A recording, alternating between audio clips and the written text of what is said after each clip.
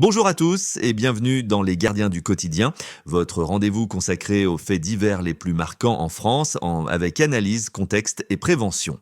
Direction Rennes, où une affaire stupéfiante secoue le quartier de Bréquigny. Ce vendredi, l'école maternelle d'Écloteau sera fermée, non pas pour cause d'alerte météo ni pour un mouvement syndical ordinaire, mais pour soutenir un directeur menacé de mort par des parents. Les faits remontent au 10 octobre. Lors d'un entretien, des parents exigent que leur fille soit retirée de la classe d'un enseignant, tout simplement parce que c'est un homme. L'école refuse, rappelant qu'aucun critère discriminatoire ne peut intervenir dans l'affectation des élèves. La tension monte jusqu'à ce que les parents lancent une menace glaçante. On n'a pas peur de faire 25 ans de prison. Depuis cet épisode, l'enseignant profondément choqué met en arrêt de travail. Des syndicats comme SNUDIFO parlent d'une ligne rouge franchie.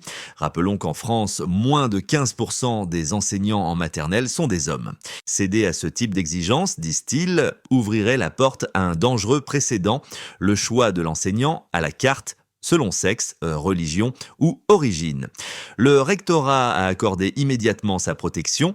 Plusieurs écoles du secteur rejoignent la grève, Colombier, Pablo Picasso et d'autres. Une banderole de soutien a été installée devant l'établissement.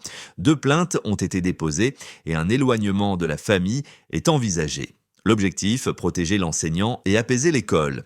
Cette affaire pose une question grave. Jusqu'où ira-t-on dans les violences verbales contre le personnel éducatif ? On part maintenant dans le Nord, à Tourcoing, où un médecin de SOS Médecins a été victime d'une agression d'une rare violence. Tout commence par une simple demande.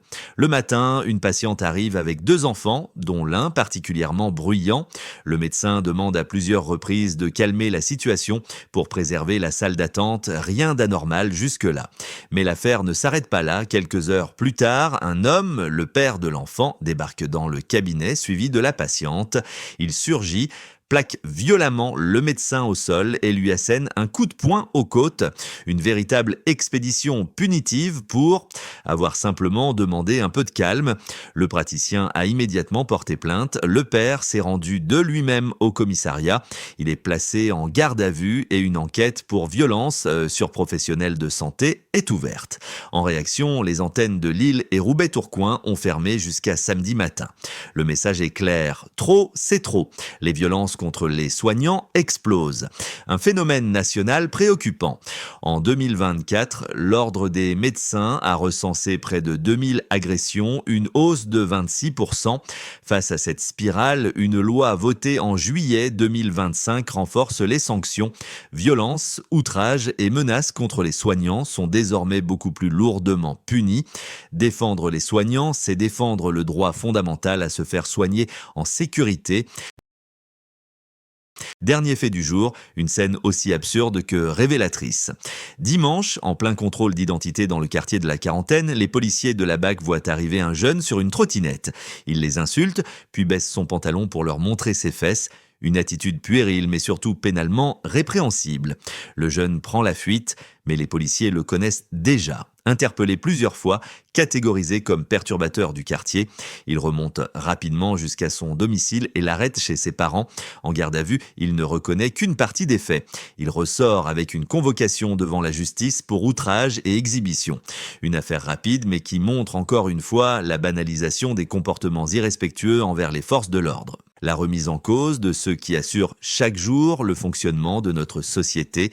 Menacer un enseignant, frapper un médecin, provoquer la police, ce sont des attaques qui visent le bien commun. Merci à tous de nous avoir suivis. On se retrouve demain pour de nouvelles actualités.